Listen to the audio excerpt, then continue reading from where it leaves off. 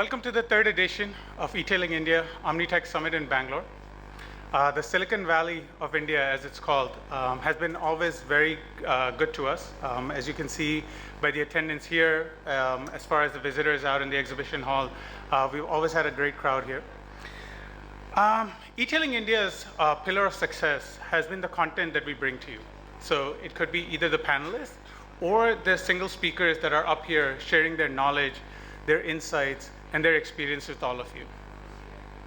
Through the day, you're going to see about 35 plus speakers go through different sessions, talking about everything from technology, supply chain, mobility, payments, and many other subjects alongside. Alongside with the 35 speakers, we have 20 plus exhibitors out there that provide services to you, all differing services, so please do visit them. I think one other thing that most of us don't realize, we'll have about 350 to about 500 attendees here today. It's a great networking place. I think a lot of people don't realize the power of networking. If you just kind of talk to people around you, you might find some partners, some vendors, some service provider, somebody that probably gives you some more input about your business and about your venture. So I think I would recommend that all of you please do talk to people that are here, not just the service provider, but people that are attending. To set the stage for the rest of the day, let me just quickly recap where we are in e-commerce in India today. There are a lot of numbers out there, and I like to start off all of our conferences and talk about what numbers I think or eTailing India estimates to be. So last estimate we have, Indian e-commerce stands at about $15 billion, okay?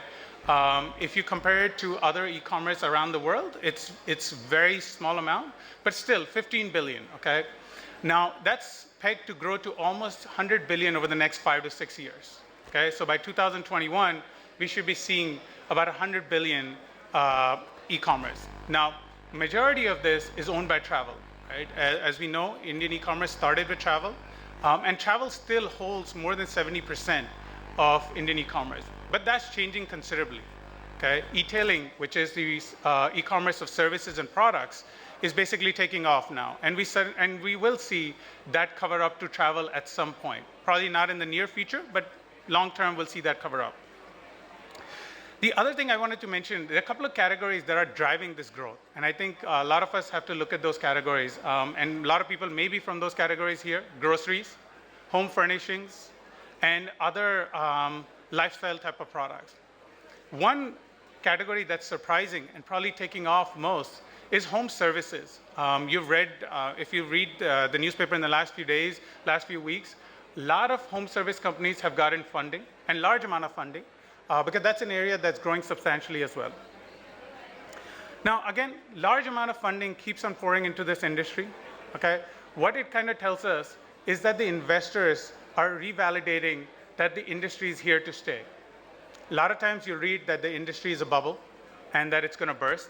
But very truthfully, over the last 3 years, we've heard that about 100 times. The bubble is still yet to burst. I personally believe there is no bubble. India's internet penetration is very low. Only about 1% of Indian consumers buy online.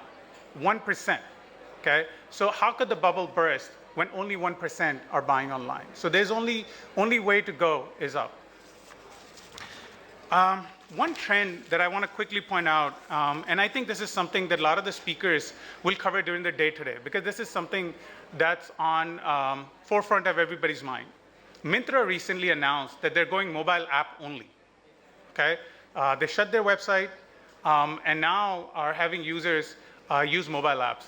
Now, why is that? A lot of us have this question. I've kind of thought through it multiple times myself as to why it would be. And I don't want to give away what my thoughts are. What I wanted to share was some numbers and possibly have you go through the day and figure out why that is. So India, by the way, is poised to become world's second largest smartphone users, okay, or a market for smartphone users. About 200 million smartphones will be there by 2016. And 650 by 2021, okay? What that means is that most consumers in India, the first computer screen that they will see is a mobile. They may not even see a laptop, a tablet, a computer. What they will see is a mobile as their first computer screen. And that's one of the major reasons for a lot of the players looking at apps and mobile commerce as their prime way of reaching out. So you heard this term, mobile first, okay?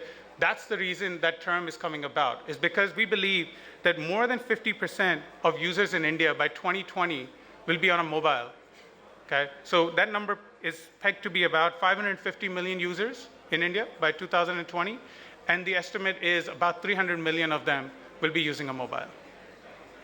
So I wanted to keep it short, not take away from all our speakers that are here, very eminent, prominent speakers that will be sharing their knowledge with you.